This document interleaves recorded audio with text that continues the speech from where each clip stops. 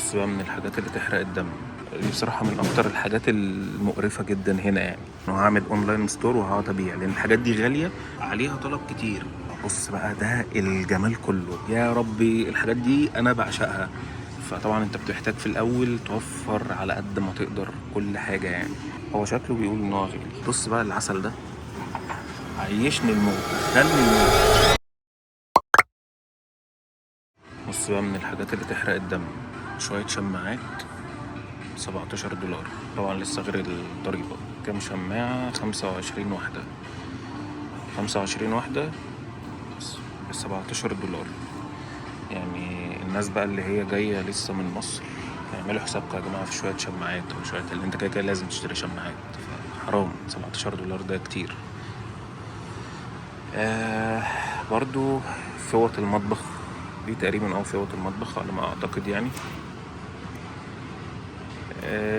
بكام بقى؟ مش عارف. ب10 دولار. يا بلاش، يا سلام. 4 فوط مطبخ تقريبا ب10 دولار، طبعا غير الضرايب. الناس اللي جاية تعمل حسابها في فوط مطبخ. اتكلم جد والله، مش بهزر حرفيا. شوية رفايع كده وشوية حاجات هنا هتدفع فيهم دم قلبك يعني، وعلى الفاضي. حاجات برضو بتاعت الحمامات دي، عشان زي ما قلت الحمام بيكون فاضي غالبا ما فيهوش حاجة. فانت ممكن حاجات زي كده اللي هي بقى بتحط عليها مثلا الشاور، الشامبو، اي حاجة بقى، حاجات الاسنان، فرش الاسنان، معجون.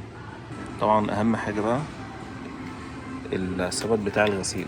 طبعا انت هنا، انت الغسيل بيبقى تحت في العمارة من تحت، ما يبقاش في البيت. او يعني اغلب الشقق ما بتبقاش فيها الغسالات جواها. يعني في طبعا شقق كتير فيها الغسالات جواها، لكن الاغلب ما بيكونش فيه.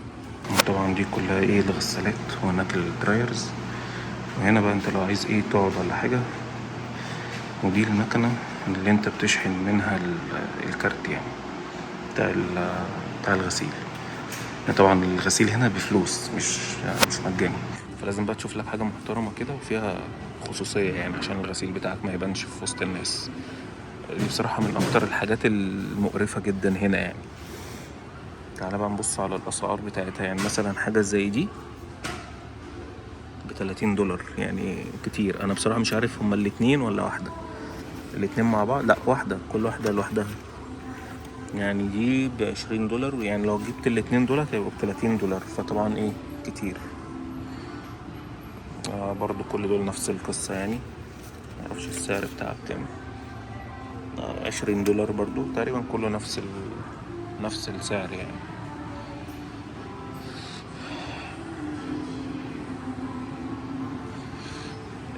اكتر حاجة بحب يعني ادور فيها هنا هي الحاجات اللي هي بتاعت البيت. وبتاعت البيت، البطاطين بقى، المكتب، البراويز، الحاجات دي. يعني انا مجنون بالحاجات دي الصراحة. بس دي مثلا اللمبة دي بكام؟ ب40 دولار. يعني هي حلوة بس يعني كتير برضو. آه دي ب40 برضو. دي 29.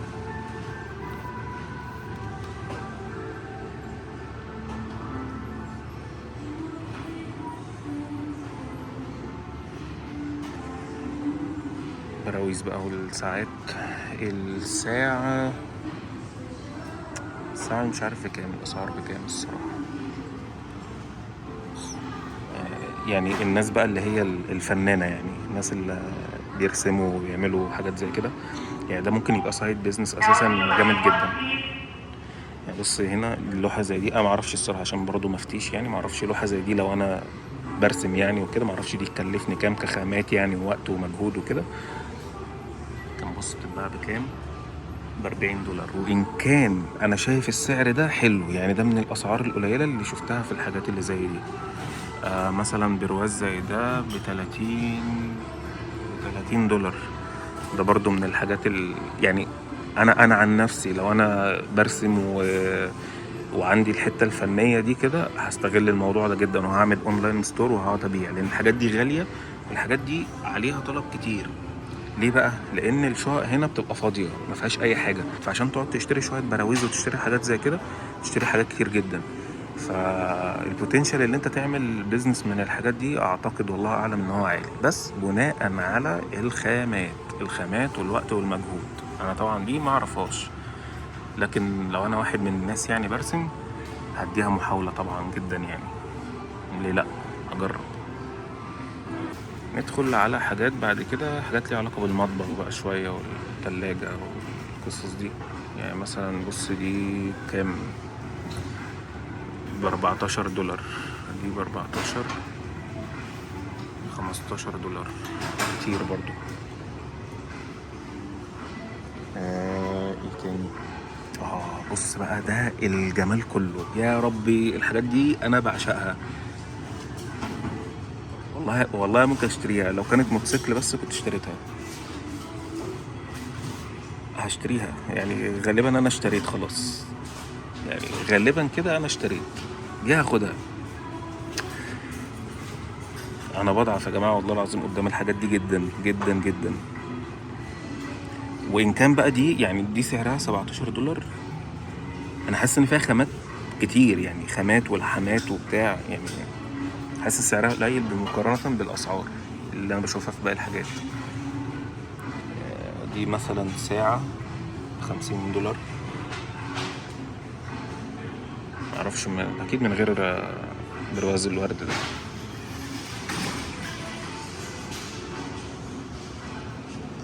حاجه كمان ب8 دولار. يعني دي برضو لو انت جاي وعامل حسابك في الحاجات دي، انت وفرت فلوس حلوه يعني. يعني خصوصا الناس اللي هي جايه ايه تدرس، والناس اللي هي جايه مثلا لسه مهاجرين جدد. فطبعا انت بتحتاج في الاول توفر على قد ما تقدر كل حاجه يعني.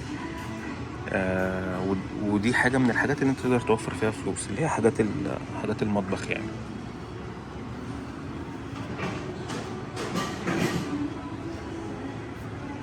علب الاكل. يعني بص مثلا علبه اكل زي دي بكام؟ ب7 دولار. يعني برضو ممكن تعمل حسابك فيها في شويه حاجات. بص مثلا عندك طقم السكاكين ده اكيد غالي. هو شكله بيقول ان هو غالي. 30 دولار. والله كويس، كنت مفكره ان هو يكون اغلى من كده. عندك الطقم الاصغر منه مثلا ده ب16 دولار تقريبا. ده بتاع اللحمة. الناس بقى المزاجنجية بيقعدوا بقى يعملوا اكلات وبتاع وكده يعني.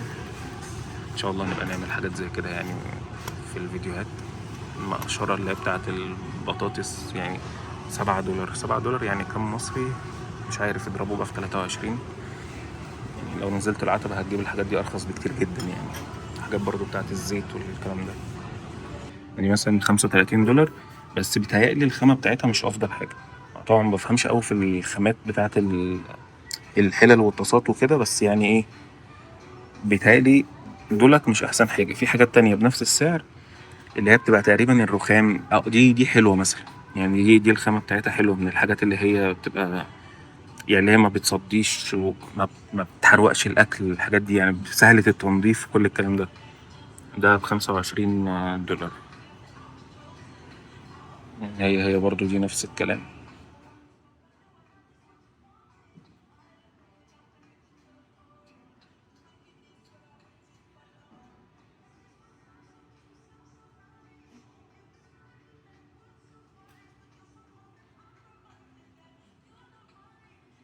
اكتشفت ان عاملين مكان، بس اللي هو اللي هناك ده بص صغير جدا للحاجات الرجالي، اللبس الحريمي هنا كتير جدا يعني، واخد مساحة كبيرة. ودي أول مرة أشوف حاجة في وينرز كده الصراحة يعني. اللبس الرجالي قليل جدا جدا. طب خلينا نبتدي الأول إيه بالأطفال.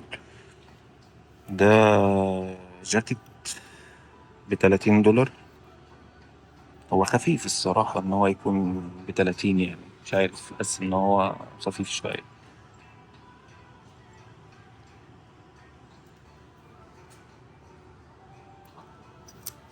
لبس البنات.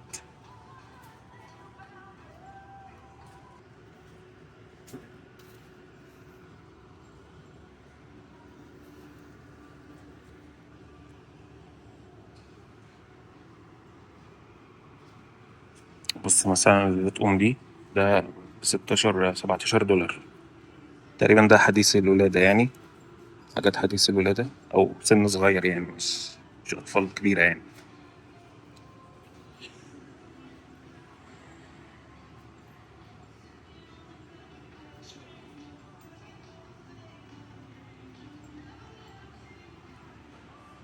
ده لبس البنات بس الكبير بقى يعني مثلا تقريبا ده السن مثلا 7 سنين 6 مش عارف. الأسعار تعالى بقى إيه ناخد فكرة كده عن الأسعار يعني نختار حاجات كده عشوائية يعني ده مثلا ده تقيل جدا $15. ده بنطلون تقيل رخم. بنطلون جينز مثلا $25. آه، ده معرفش اسمه ايه يعني بس كام.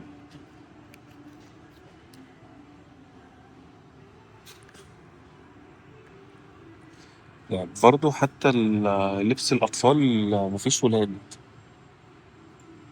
يعني مفيش ولاد لبس الأطفال يعني كله بنات.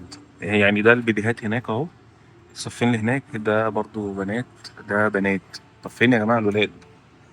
الحاجات بقى بتاعت السبوع على ما أعتقد. مش السبوع يا رب حاجات الأطفال يعني المراتب يعني والحاجات مش السبوع. مش شرط يعني. اه لا خلاص ظلمناهم يا جماعة في ولاد اهو. في ولاد خلاص. سفينة وينرز. مثلا بنطلون زي ده شورت زي ده ب$20. 25. الخامات يعني الخامات حاسس إن هي مش أفضل حاجة يعني.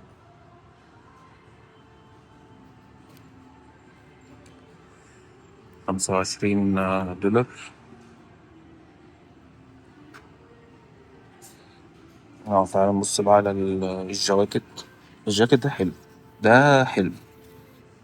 $60.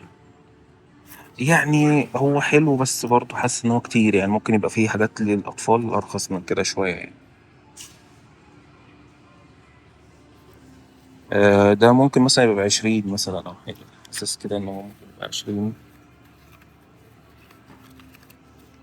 والله فنان 20. $20 بالظبط. برضو نفس الأسعار. على مثلا تيشيرتات ده ب15. تيشيرتات بقى اللي هي ب15 والكلام ده بتبقى موجودة كتير أوي هنا الصراحة يعني.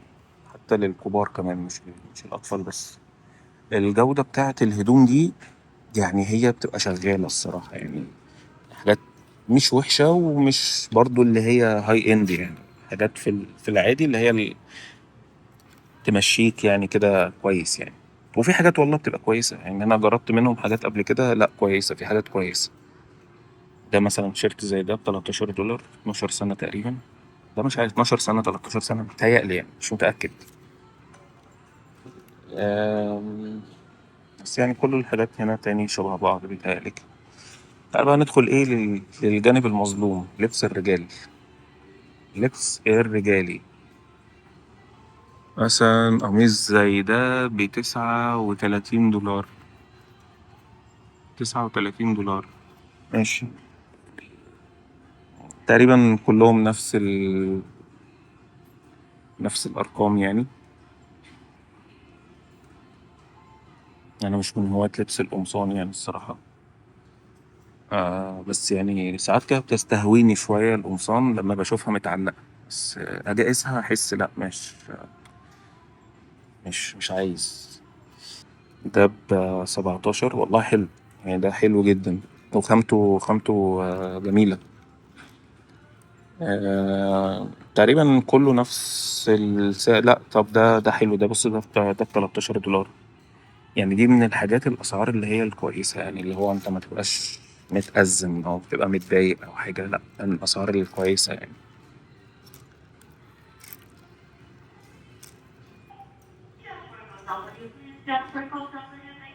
حلو يعني. بنطلونات والله ظريفة للبيت يعني.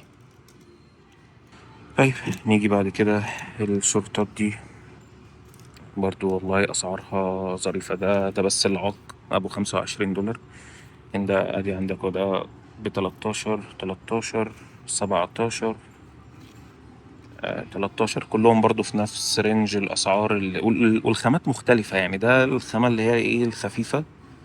ده مثلا حاجة تحسها ان هو زي فين ده زي اللي هو القطن كده. مش عارف الصراحة. بس من خامات مختلفة لكن الأسعار تقريبا واحدة يعني. اه والله أنا كنت عايز أجيب حاجة كده لل... للموبايل. $13. المشكلة بقى إن أنا ما بحبش أحط حاجة في البتاع اللي هي بتاعة التكييف دي. بحس إن هي بوظ الدنيا يعني. دي ظريفة بس غالبا هتكون غالية. مش مكتوب عليها سعر. ايه ده $13؟ طب والله حلو. أنا جبت واحدة قبل كده كانت بحاجة $30 من اسمه ايه بيست باي. يعني دي $12 والله ممتازة يعني. 13 رخم أوي حوار ال99 ده. أنا ممكن أخده. دي أنا ممكن أخدها بس يا رب إيه ما تطلعش خامة وحشة وألبسها في الآخر يعني. ده برضو ده حلو ده برضو جدا. دي $13. ناخد بصة على أكتر مكان بحبه. المجات بقى والكوبايات والحاجات بص المج ده جامد جدا. بس مشكلته معايا ان هو كبير شوية. بس هو حلو. هو حلو. يعني انا بيتهيألي انا مبقاش عندي مكان في الضرفة بتاعتي يعني بتاعت المطبخ. آه، تقفلونا ليه بقى على الصبح بقى؟ كرهتونا في الالوان الله ينتقم منكم. كرهتونا في never stop chasing. مش لا لا مش سالك كده مش سالك. ده حاجة بناتي شوية. بس لا المجات ركن المجات يعني فخم الصراحة. بص بقى ده. بص بقى الحاجات اللي ايه اللي تخطفك كده يعني. انا مش عارف ده ايه اصلا بس يعني. يعني ده يتجاب كده يتحط على المكتب مثلا او حاجة. لا لا لا ده انا بعشق الحاجات دي والله يا جماعة.